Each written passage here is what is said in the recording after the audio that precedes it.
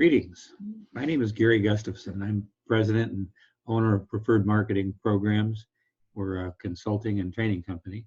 And I'm also a managing partner, one of the managing partners of TOPS Learning Institute. So I wrote a book about, I'm going to say about 20 years ago, and didn't quite finish it, didn't get it published, but during this coronavirus thing, we're sitting in our offices, I'm cleaning out cupboards, and I ran across this thing, and I really liked what I did. I can't believe I didn't finish it, but I'm going to read a couple of the chapters from time to time. And the name of the book was "Hit the Road, Jack, Armed and Dangerous." I think you're going to like this. The chapter that I'm going to read to you today is about honesty, and I named it "Honesty Among Thieves" for obvious reasons. So I'm going to read this, and I'm going to get started now. So here we go. Can you look them in the eye and know that you're okay? Can you sell them the sizzle and not be sizzled? Like it or lump it, honesty is in. I hope I shall always possess firmness and virtue enough to maintain what I consider the most enviable of all titles, the character of an honest man. What a picture George Washington painted for himself 200 years ago. I wish I could have put it in better words, but his eloquence is perfect. The character of an honest man, not a bad label for anyone. Just think, if you had chosen to pursue a career as an educator, a theologian, or even a scientist, you might automatically get to wear this label. But as a salesman, oh, I doubt it. You chose a life where terms like winning, cunning, and survival are common. You're associated more with combat and shrewdness, with a touch of adventure thrown in. Honesty is not usually mentioned. Critics labeled this profession way back before George's time, when I think they called salesmen peddlers. These peddlers were certainly talented people. A gift of gab they had, could sell you the nose right off your face. The techniques of backhanding, backstabbing, and backdooring were perfected and passed on from generation to generation.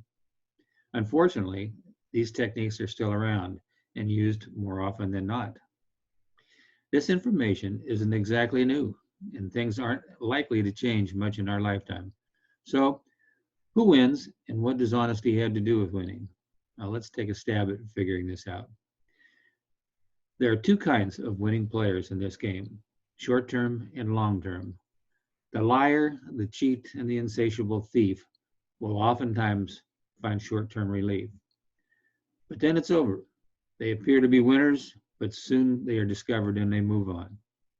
These people can create an admirable resume. I've interviewed them. Tops in their field for every company they've been with. There are lots of companies, and the average length of stay, let's call them visits, is short. Contrary to my opinion, they are actually considered in the superstar classification by many recruiters, and a brief longevity is expected. If identified, they are sought after only as a quick, short-term fix by a company with an insurmountable problem. Then there's the long-term player, my hero. Every company's dream. Constant long-term growth, great work ethic, pleasant personality, and honest as the day is long. This is the player I want to identify, and I will. But first, I want to complicate the issue by saying there are several levels of this type of hero. The most common is normally low-key, but has flashes of brilliance, and is fairly predictable, usually stable, and always in the top third of his class. Not so common is my definition of the superstar. He's a little different because you always notice him. A dreamer for sure, predictably, only when he wants to be, and has a flair for the unusual. He's probably not quite so stable. He works many more hours than he should, and he's too independent. Oh, and he's always in the top 10. He's your record breaker, your $1 million baby. He's the one to go to in the clutch. In some cases, he's the franchise, and he's honest as the day is long. Needless to say, These don't come on every corner, but then they don't have to. A team of winners at any level casts a great shadow. So, what's the deal here? Honesty versus winning. What's the possible connection? There is one, you know. And if you're still with me, you might as well check this out. John Casper Lavater once said, "He who freely praises what he means to purchase, and he who enumerates the faults of what he means to sell, may set up a partnership with honesty." These words are pretty extreme, but the point of them is well taken. You've all had an extremely strong business relationship with a customer at one time or another. Have you ever heard the phrase, "she'll buy anything I sell, regardless of what it is," or "he'll get the business because they're real tight"? Well, as a matter of fact, you hear them quite often, don't you?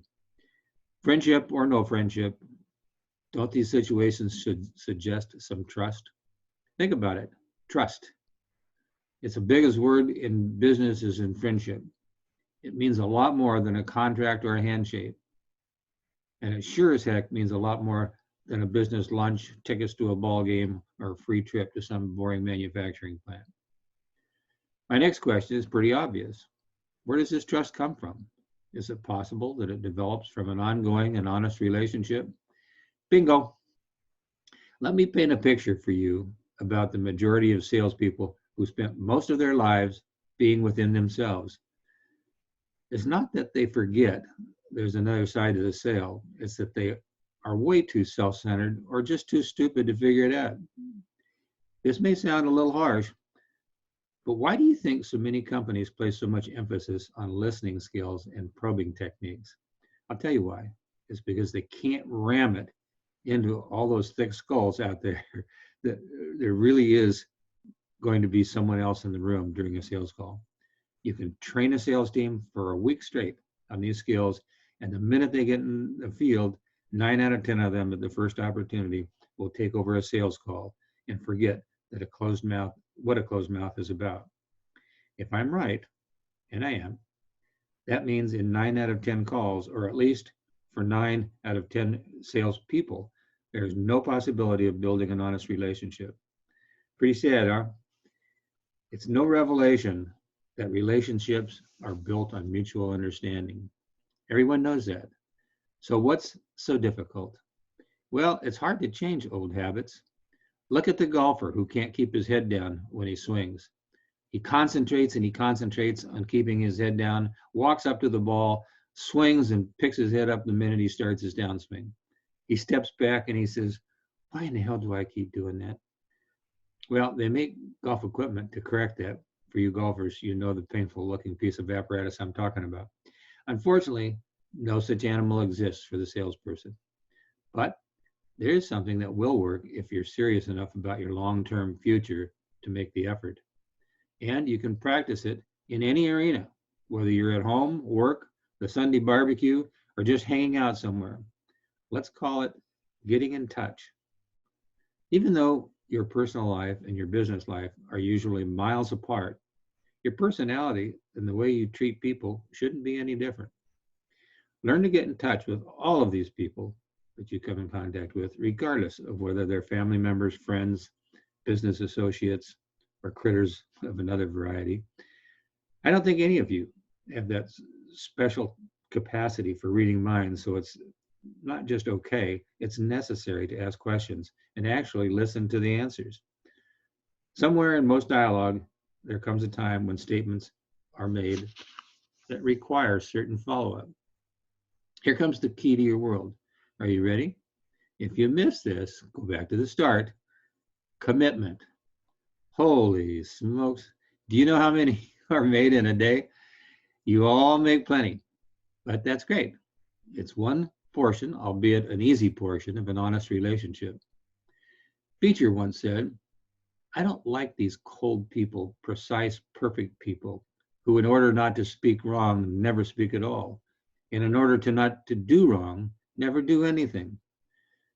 Commitments are a necessary part of life. What you do with them will more clearly define your life. Let's focus on the commitments you make to your customer. But first, let's make sure you're on the same page about what your customer needs, why your customer needs you anyway. Well, this gets sick, but did you know most salespeople go through life acting like their customers were hired just so there'd be somebody there to take their call? Oh, everyone knows the difference. You'll notice I said the words acting like. Think about it.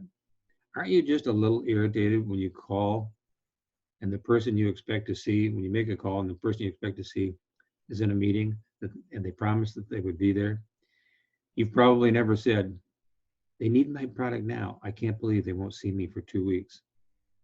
There's about 1,000 variations to this experience, and I'm sure you get the drift. Just for a drill, take a look at one possible description for a typical customer. Let's call her Mary Jane.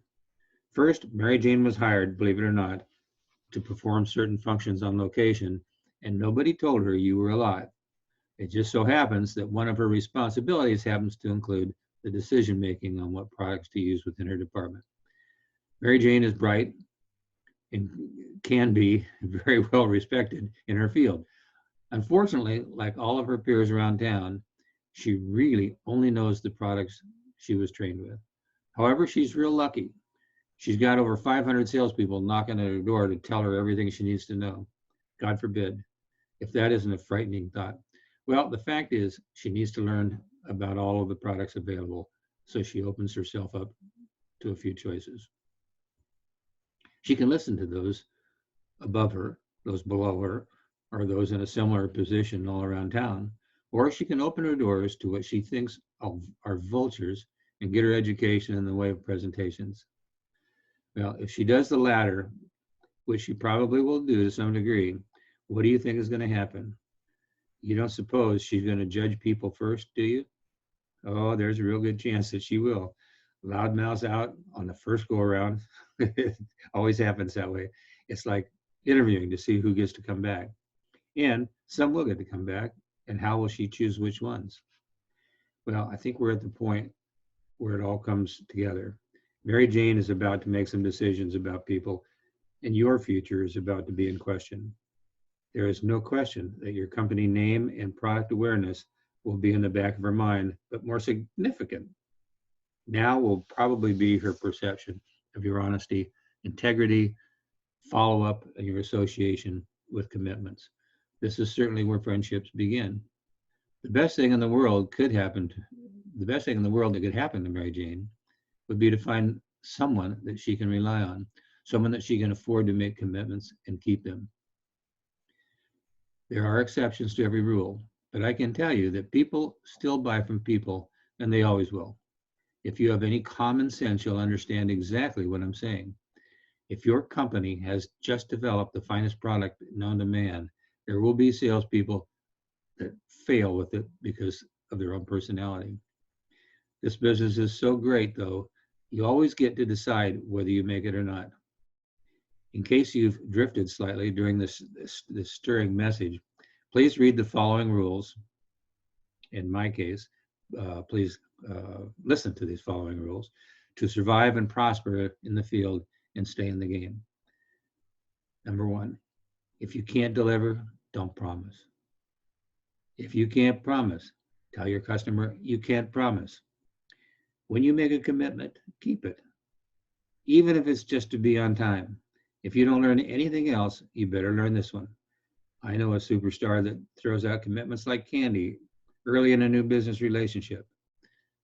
Commitments he can keep quickly. It's just a way of proving yourself quickly. Makes sense to me. Praise is great if done tastefully. If you're not good and honest on this one, you'll look stupid. Never deceive. Remember what Honest Abe said. You may deceive all of the people part of the time, part of the people all of the time, but not all of the people all of the time. Always separate opinion from fact.